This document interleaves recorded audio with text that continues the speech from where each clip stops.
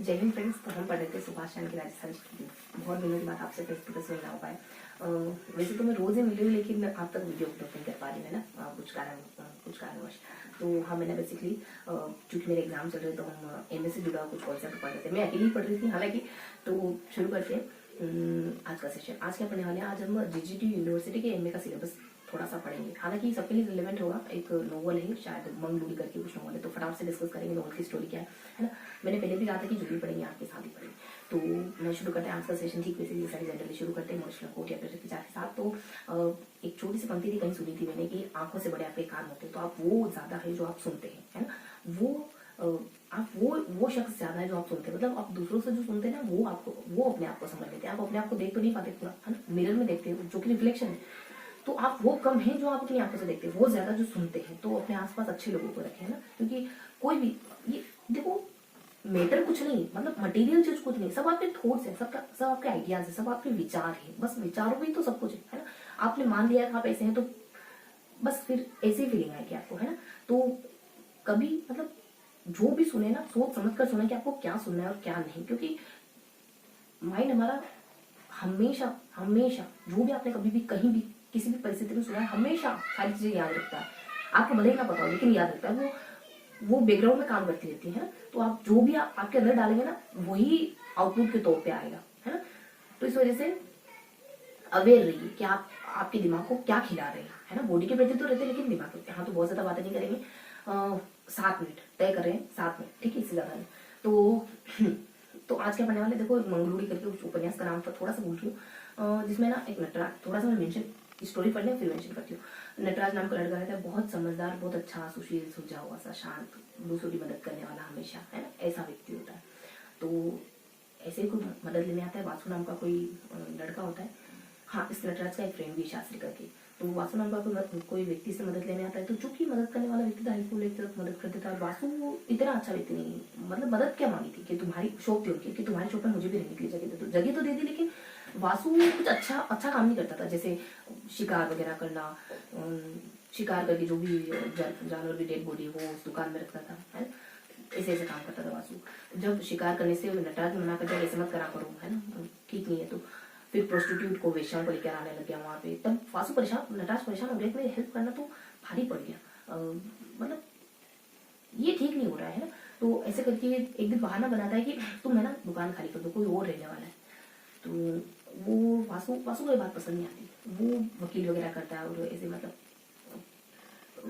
कैसे ना कैसे वो नटराज के साथ तो क्या, मतलब वहां जो उसको जगह मिले ना, वहां वो रहना चाह रहा है।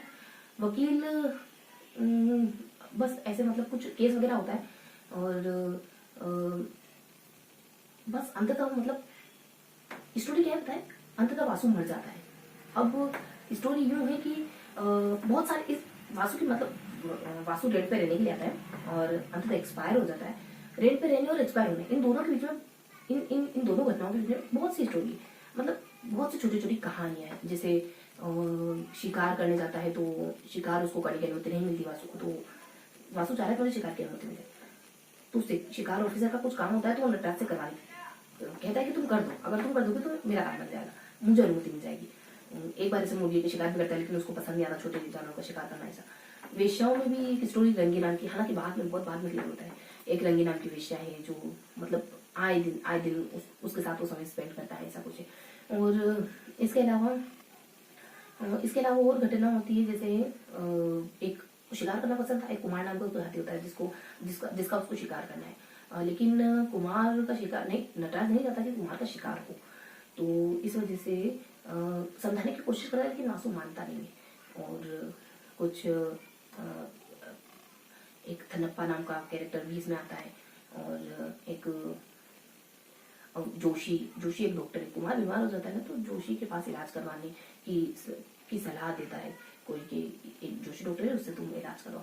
तो ये मैंने आपको एक बेस तैयार करा है ना कि ये कैरेक्टर है और ऐसे स्टोरी चलती है ना। सारे कैरेक्टर लगभग इंट्रोड्यूस हो ही गए। थनप्पा नाम का कोई व्यक्ति है जो एक दिन, हाँ, फिर ऐसे चल ही रहा होता है। एक दिन वासु एक दिन पता चलता है कि वासु एक्सपायर हो गया। थनप्पा सबसे पहले उससे मिलने जाता है और थनप्पा आकर कहता है कि वासु एक्सपायर हो गया, डेड बॉडी है उसकी।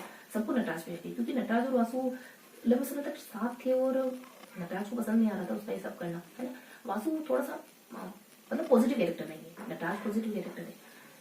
तो कैसे कैसे मसला आगे बढ़ता है और सबको नटराज पे शक हो रहा होता है, पुलिस वगैरह आती है, तहकीकात वगैरह होती है। तो अंततः जिस रंगी का मैंने जिक्र करा है वो रंगी कहती है कि एक्चुअली वासु नशे में लिखता और उसके सिर पर बहुत सारे मच्छर मंडा देते हैं, तो उसके मच्छर को मारने के चक्कर में अपने आप को ही मार डाला, है, और उसके दिमाग की कोई नस वगैरह पड़ जाती है, ये सब।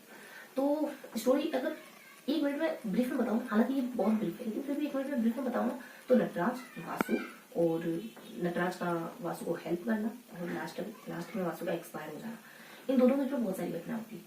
एक शिकार की घटना है ना, और एक वेश्या वाली घटना है, और इसके अलावा एक कुमार वाली घटना है। तो ये सारी घटनाएं पल होती है जिसमें पता चलता है कि वासु इतना पॉजिटिव कैरेक्टर नहीं है, नटराज बहुत पॉजिटिव कैरेक्टर है। इनके नटराज के वासु की कोई दुकान होती है शायद रिपेयरिंग की, मैकेनिक की, शायद शास्त्री नटराज का फ्रेंड बन रहा है। तो ये थोड़ी सी एक स्टोरी है 2-5 मिनट में, क्योंकि कल एग्जाम है, 1 दिन पहले पढ़ रहे हैं, तो बस एक प्लॉट पता चल जाए, स्टोरी का प्लॉट पता चल जाए, दैट्स ऑल।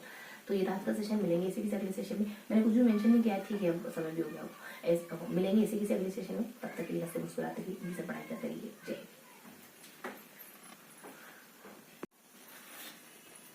जय हिंद फ्रेंड्स। तो हम पढ़ रहे थे इंग्लिश लिटरेचर। तो आज हम एक और मतलब अब हम एक और कुछ नई स्टोरी कवर करेंगे, ठीक है। नेम है उसका कुछ, नाम तो थोड़ा सा मिस हो रहा है, देखो क्या नाम है, माया की कहानी है, लेकिन इतना ध्यान मुझे, ठीक है, थोड़ा सा नाम इसकी रखेंगे, छोटी सी कहानी, विद इन 1-2 मिनट में फिनिश हो जाएगी। माया नाम की कोई लड़की है और उसके पिताजी वकील है, बहुत अच्छे से रखा पिता ने, कभी किसी चीज़ की कभी महसूस नहीं, तो उसे लगता है कि दुनिया खिलौना है, उसे जो चाहिए उसे तब मिल जाता है, मतलब जो भी चाहिए उसे मिल जाता है। सारी ख्वाहिशें पूरी हो रही है, जिंदगी बहुत अच्छी चल रही है माया की, शादी हो जाती है और हस्बैंड भी उसका वकील, पति की तरह, पिता की तरह। जब शादी होती है ना, तो पति इतने अच्छे से नहीं लगता जितना कि पिताजी रखते थे।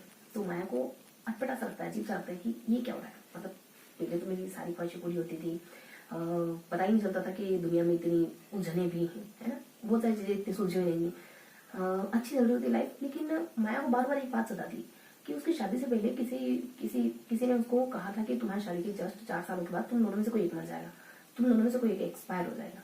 ये बात उसको परेशान करती। ये बात जब भी उसके ध्यान में आती ना, उसको मतलब अजीब सी चीजें होती हुई लगती। बाहर बारिश में मोर हो रहा है तो उसको, मतलब मोर नाच रहा है या फिर कोई भी चीजें हो रही है तो उसको परेशान करती है। अगर हम अंदर से खुश नहीं है ना, अंदर से संतुष्ट नहीं, तो बाहर चाहे कुछ भी हो रहा हो, चाहे अच्छी चीजें क्यों ना हो, वो हमें अच्छी नहीं दिखी, क्योंकि हमारा माइंडसेट अंदर से बहुत ज्यादा क्लियर नहीं। तो बस माया परेशानी में कैसे कैसे शादी के, उसका दाम्पत्य जीवन चल रहा होता है, शादी का समय बीत रहा होता है, भाई एक भाई भी होता है माया का। ऐसे ही उसका जीवन ठीक ठाक चल रहा होता है। गौतम देखो थोड़ा सुलझा हुआ सा, शांत और एक समझदार इंसान है ना। जितना इन दोनों के नाम में ना अपने अपने इन दोनों के नाम इन दोनों के कैरेक्टर को रिप्रेजेंट करती है। माया जो कि बहुत ज्यादा मटेरियलिस्टिक, उसको चीजें बहुत, मतलब उसको इस दुनिया से बहुत ज्यादा लगाव किसी भी चीज से बहुत ज्यादा ठीक नहीं, लगाव मतलब अटैचमेंट मतलब कि अटैचमेंट ठीक नहीं, ठीक है। ठीक क्या है, क्या विरक्त रहे, मतलब चिंता मुक्त रहे, चिंता मुक्त, है ना, मतलब बिल्कुल बिल्कुल सहज रहे, बिल्कुल बेफिक्र रहे, है ना। और अटैचमेंट में ये सारी चीजें इंक्लूड नहीं होती है ना, बिल्कुल स्वतंत्र रहे विचारों से, अपने काम में, है ना, मतलब आउटपुट का बहुत ज्यादा ख्याल नहीं करना है। हाँ, तो कहाँ थे, ऐसे समय चल रहा होगा, समय बीत रहा होगा माया और उसके हस्बैंड को तब। तो माया मतलब हर बार जाके उसे कहती है कि मुझे ये चाहिए वो चाहिए, वो दम जाने देता। एक दिन क्या होता है, माया सोच रही होती कि अगर हम दोनों में से किसी एक को मरना ही है, अगर ये तय है कि हम हमारी शादी के बाद हम दोनों में से कोई एक एक्सपायर हो जाएगा, तो मैं ही क्या सोच रही हो, तो मैं ही क्यों, मतलब ऐसे ही फिर उसके दिमाग में ख्याल आया। एक दिन गौतम को छत पे बुलाया और यस, फिर गौतम को उसने धक्का दे दिया, जहाँ फाइल खत्म हो जाती। ये थी कहानी, ठीक है, अजीब सा अंत है, ठीक है, मिलते हैं किसी अगले वीडियो में, तब तक लीजिए।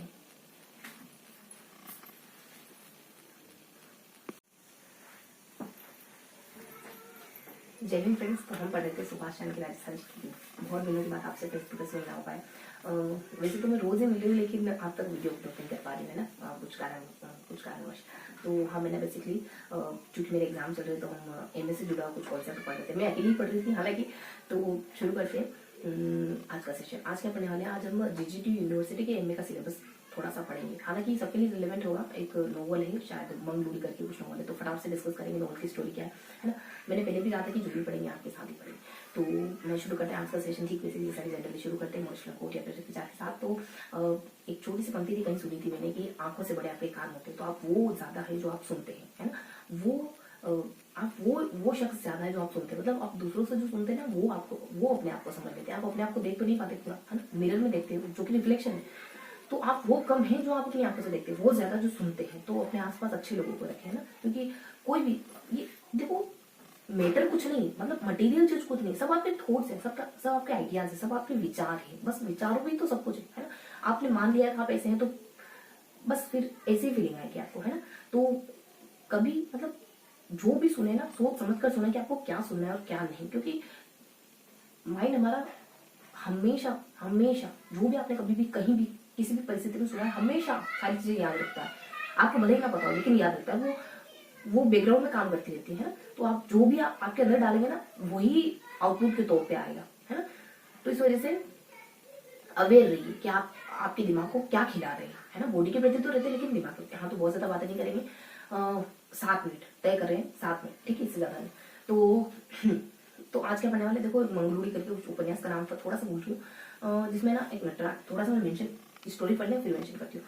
नटराज नाम का लड़का रहता है, बहुत समझदार, बहुत अच्छा, सुशील, सुलझा हुआ सा, शांत, दूसरों की मदद करने वाला हमेशा, है ना, ऐसा व्यक्ति होता है। तो ऐसे ही कोई मदद लेने आता है। वासु नाम का कोई लड़का होता है। हाँ, इस नटराज का एक फ्रेंड भी शास्त्री करके। तो वासु नाम का कोई व्यक्ति से मदद लेने आता है। तो चूंकि मदद करने वाला व्यक्ति था, हेल्पफुल एक तरफ मदद कर देता है। वासु इतना अच्छा व्यक्ति नहीं, मतलब मदद क्या मांगी थी कि तुम्हारी शॉप थी उनकी, कि तुम्हारी शॉप में मुझे भी रहने के लिए जगह दे दो। जगह तो दे दी, लेकिन वासु कुछ अच्छा काम नहीं करता था। जैसे शिकार वगैरह करना, शिकार करके जो भी जानवर की डेड बॉडी वो उस दुकान में रखता था, है। ऐसे काम करता था वासु। जब शिकार करने से नटराज मना कर दिया, ऐसे मत करा करो, है ना, ठीक नहीं है। तो फिर प्रोस्टिट्यूट को, वेश्याओं को लेकर आने लग गया वहां पे। तब वासु परेशान, नटराज परेशान हो गया कि हेल्प करना तो भारी पड़ गया। मतलब ये ठीक नहीं हो रहा है। तो ऐसे करके एक दिन बहाना बनाता है कि तुम, है ना, दुकान खाली कर दो, कोई और रहने वाला है। तो वो वासु को ये बात पसंद नहीं आती। वो वकील वगैरह करता है और ऐसे, मतलब कैसे ना कैसे वो नटराज के साथ, तो क्या मतलब, वहां जो उसको जगह मिले ना, वहां वो रहना चाह रहा है। वकील बस ऐसे, मतलब कुछ केस वगैरह होता है और बस अंततः, मतलब स्टोरी क्या है, अंततः वासु मर जाता है। अब स्टोरी यूं है कि बहुत सारे इस वासु की, मतलब वासु रेंट पे रहने के लिए आता है और अंततः एक्सपायर हो जाता है। रेंट पे रहने और एक्सपायर होने, इन दोनों के बीच में, इन दोनों घटनाओं के बीच में बहुत सी स्टोरी, मतलब बहुत सी छोटी छोटी कहानियां हैं। जैसे शिकार करने जाता है, तो शिकार उसको करने की अनुमति नहीं मिलती वासु को। तो वासु चाह रहा है तो मुझे शिकार की अनुमति मिले। तो शिकार ऑफिसर का कुछ काम होता है, तो वो नटराज से करवा कहता है कि तुम कर दो, अगर तुम कर दोगे तो मेरा काम बन जाएगा, मुझे अनुमति मिल जाएगी। एक बार ऐसे मुर्गी की शिकार भी करता है, लेकिन उसको पसंद नहीं आता छोटे जानवरों का शिकार करना। ऐसा वेश्याओं में भी एक स्टोरी, रंगी नाम की, हालांकि बहुत बाद में क्लियर होता है। एक रंगी नाम की वेश्या है जो, मतलब आए दिन उसके साथ वो समय स्पेंड करता है, ऐसा कुछ है। और इसके अलावा और घटना होती है। जैसे एक शिकार करना पसंद था, एक कुमार नाम का उसको हाथी होता है, जिसका उसको शिकार करना है। लेकिन कुमार का शिकार नहीं, नटराज नहीं चाहता कि कुमार का शिकार हो। तो इस वजह से समझाने की कोशिश कर रहा है, लेकिन वासु मानता नहीं है। और कुछ एक थनप्पा नाम का कैरेक्टर भी इसमें आता है। और एक जोशी एक डॉक्टर है। कुमार बीमार हो जाता है ना, तो जोशी के पास इलाज करवाने की सलाह देता है कोई, कि एक जोशी डॉक्टर है, उससे तुम इलाज करवाओ। तो ये मैंने आपको एक बेस तैयार करा है ना, कि ये कैरेक्टर है और ऐसे स्टोरी चलती है ना। सारे कैरेक्टर लगभग इंट्रोड्यूस हो ही गए। थनप्पा नाम का कोई व्यक्ति जो एक दिन, हाँ, फिर ऐसे चल ही रहा होता है। एक दिन वासु एक दिन पता चलता है कि वासु एक्सपायर हो गया। थनप्पा सबसे पहले उससे मिलने जाता है और थनप्पा आकर कहता है कि वासु एक्सपायर हो गया, डेड बॉडी हो वासु। सबको नटराज पे रहती है, क्योंकि नटराज और वासु लंबे समय तक साथ थे और नटराज को पसंद नहीं आ रहा था उसका ये सब करना, है ना। वासु थोड़ा सा मतलब पॉजिटिव कैरेक्टर नहीं है, नटराज पॉजिटिव कैरेक्टर है। तो कैसे कैसे मसला आगे बढ़ता है और सबको नटराज पे शक हो रहा होता है, पुलिस वगैरह आती है, तहकीकात वगैरह होती है। तो अंततः जिस रंगी का मैंने जिक्र करा है वो रंगी कहती है कि एक्चुअली वासु नशे में लिखता और उसके सिर पर बहुत सारे मच्छर मंडा देते हैं, तो उसके मच्छरों को मारने के चक्कर में अपने आप को ही मार देता है और उसके दिमाग की कोई नस वगैरह पड़ जाती है, ये सब। तो स्टोरी अगर 1 मिनट में ब्रीफ में बताऊँ, हालांकि ये बहुत ब्रीफ है लेकिन फिर भी 1 मिनट में ब्रीफ में बताऊँ ना, तो नटराज वासु और नटराज का वासु को हेल्प करना और लास्ट में वासु का एक्सपायर हो जाना, इन दोनों में बहुत सारी घटना होती है। एक शिकार की घटना है ना, और एक वेश्या वाली घटना है, और इसके अलावा एक कुमार वाली घटना है। तो ये सारी घटनाएं पल होती है जिसमें पता चलता है कि वासु इतना पॉजिटिव कैरेक्टर नहीं है, नटराज बहुत पॉजिटिव कैरेक्टर है। इनके नटराज के वासु की कोई दुकान होती शायद रिपेयरिंग की, मैकेनिक की, शायद शास्त्री नटराज का फ्रेंड वगैरह है। तो ये थोड़ी सी एक स्टोरी है 2-5 मिनट में, क्योंकि कल एग्जाम है, 1 दिन पहले पढ़ रहे हैं, तो बस एक प्लॉट पता चल जाए, स्टोरी का प्लॉट पता चल जाए, दैट्स ऑल। तो ये रात का सेशन, मिलेंगे इसी के अगले सेशन में। मैंने कुछ भी मेंशन नहीं किया, ठीक है अब समय भी हो गया हो, मिलेंगे इसी के अगले सेशन में। तब तक के लिए हंसते मुस्कुराते ही से पढ़ाई करते रहिए। जय हिंद।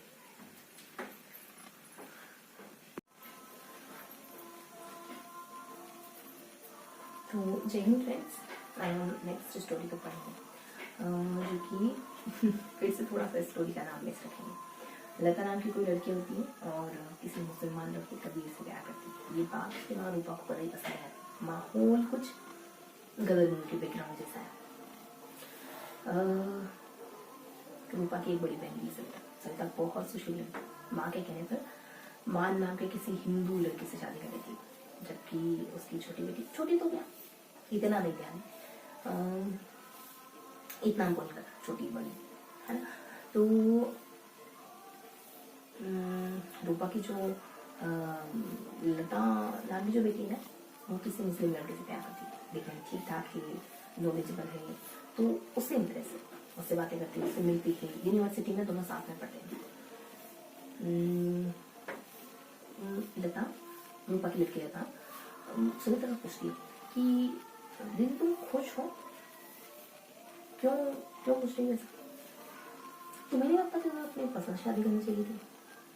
तो सविता क्या कहती पता है कि बड़ों का किया वो ठीक ही होता है, और जहाँ तक मेरी खुशी की बात है तो हाँ खुश हो है।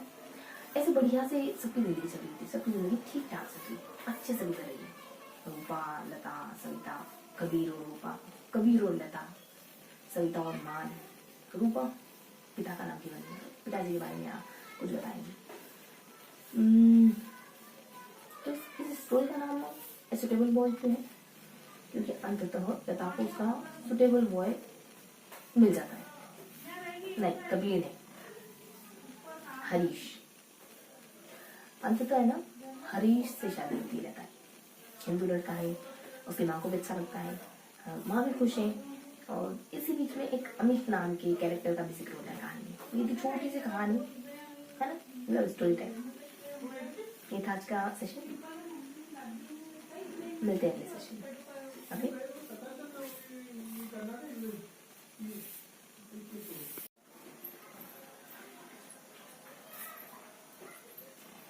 जय हिंद फ्रेंड्स। तो फिर मौजूद हूँ आपके बीच एक नई स्टोरी के साथ। एक स्टोरी थोड़ी सी घुमावदार है ना, बहुत सारे किरदार हैं। एस्था, रहीमा, अमू, बाबा और मम्मी और पोची समथिंग, है ना। मम्मी और पोची हस्बैंड एंड वाइफ है। इनके 2 बच्चे हैं, अम्मू और अमूज ब्रदर, है ना। अम्मू के 2 बच्चे हैं, आस्था, एस्था और रहीमा। और इसके भाई के, अम्मू के भाई की भी शादी हो जाती है, इंडियन में शादी कर लेता है, और इसके एक सोफिया नाम की एक लड़की है। तो ये इनका फैमिली बैकग्राउंड है। और अब देखो स्टोरी यूँ है कि एस्था और रहीमा एक दूसरे से बहुत ज़्यादा अटैचमेंट फील करते हैं, बहुत ज़्यादा क्लोज है एक दूसरे के भाई बहन, ये दोनों भाई बहन।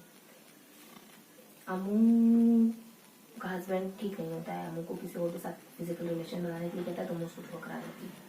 और हालांकि फिर वो खुद किसी वो वेलू था समथिंग, कोई व्यक्ति होता है उसके साथ फिजिकल रिलेशनशिप में रही।